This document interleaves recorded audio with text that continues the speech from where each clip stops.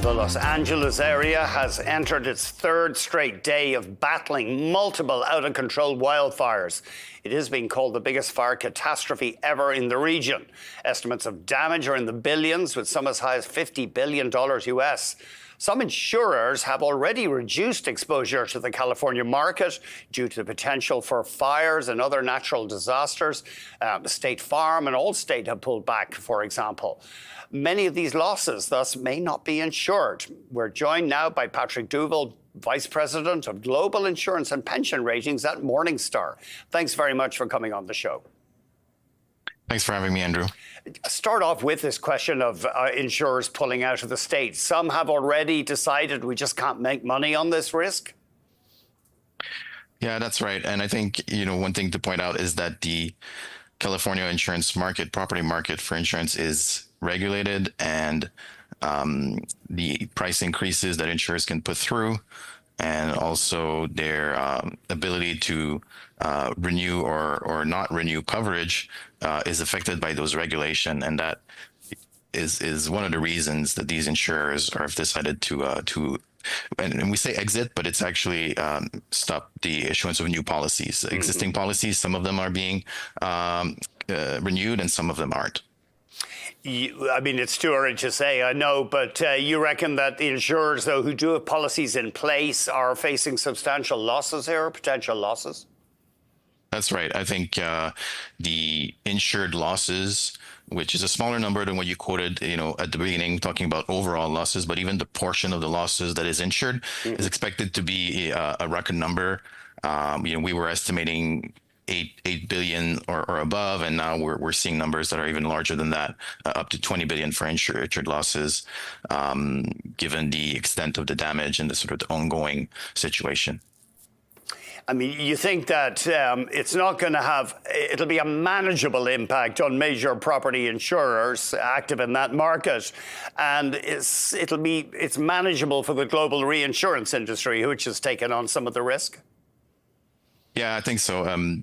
These global reinsurers, as well as the large major U.S. carriers, direct carriers, they're diversified. They've had large events like those, happened across the world in recent years. And what we've seen is really large premium increases across the board in many different sort of sectors of coverage that are allowing the insurance industry to sort of support these events.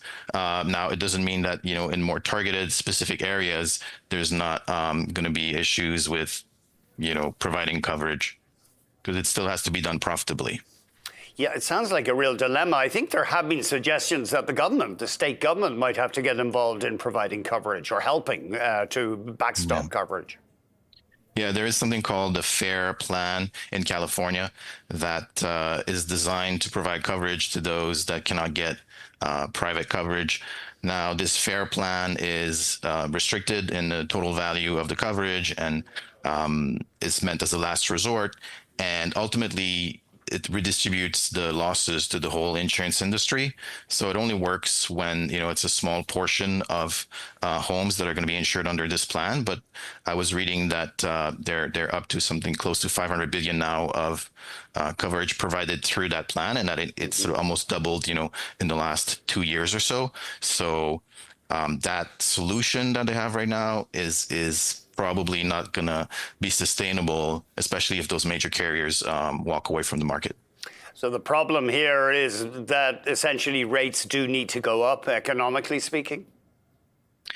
Yes, that's part of the problem.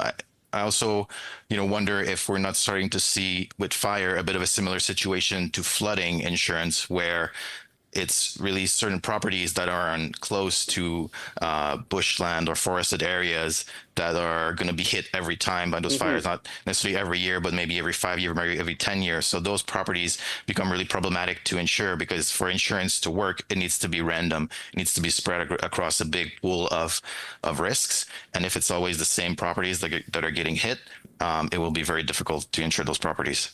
I know a friend of mine lives in LA, in one of the canyons, and she told me some people are saying, no, I wouldn't buy a house there because I might get burnt down.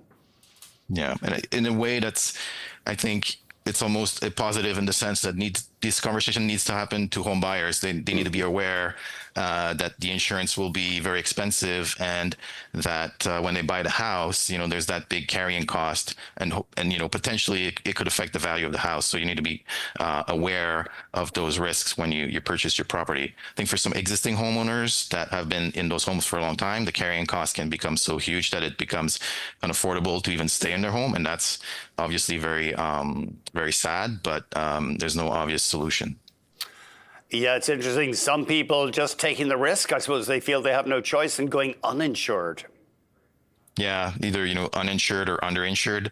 Certainly, maybe it's favorable economically if you think the price of the insurance is too much, but very few people have the financial capacity to assume that risk by themselves. We're tight for time, but I wonder, we seem to be, I don't have any figures right here, but we seem to be seeing more natural disasters such as floods and fires. Does this have long-term implications for the insurance industry? Certainly it does. I think you're right that at least, if you look at the global reinsurance market, it's been trending upwards in terms of natural catastrophes, but at the same time, insurance penetration is also sort of trending upwards. So it could be that there's more properties at risk, more properties being insured overall. Keep in mind, a lot of these policies are repriceable. Now, there's those kind of regulatory constraints that I mentioned, but still, a lot of those policies are repriceable every year. So for the insurance industry, in a way, it means their services are increasingly needed. The potential market is growing, and as long as you can price it right with a forward-looking approach and a model that reflects those natural catastrophe, in a way, it's good business. And the insurance sector as a whole has been doing fairly well in recent years, thanks to those price increases that I alluded to earlier. Patrick, thank you very much indeed.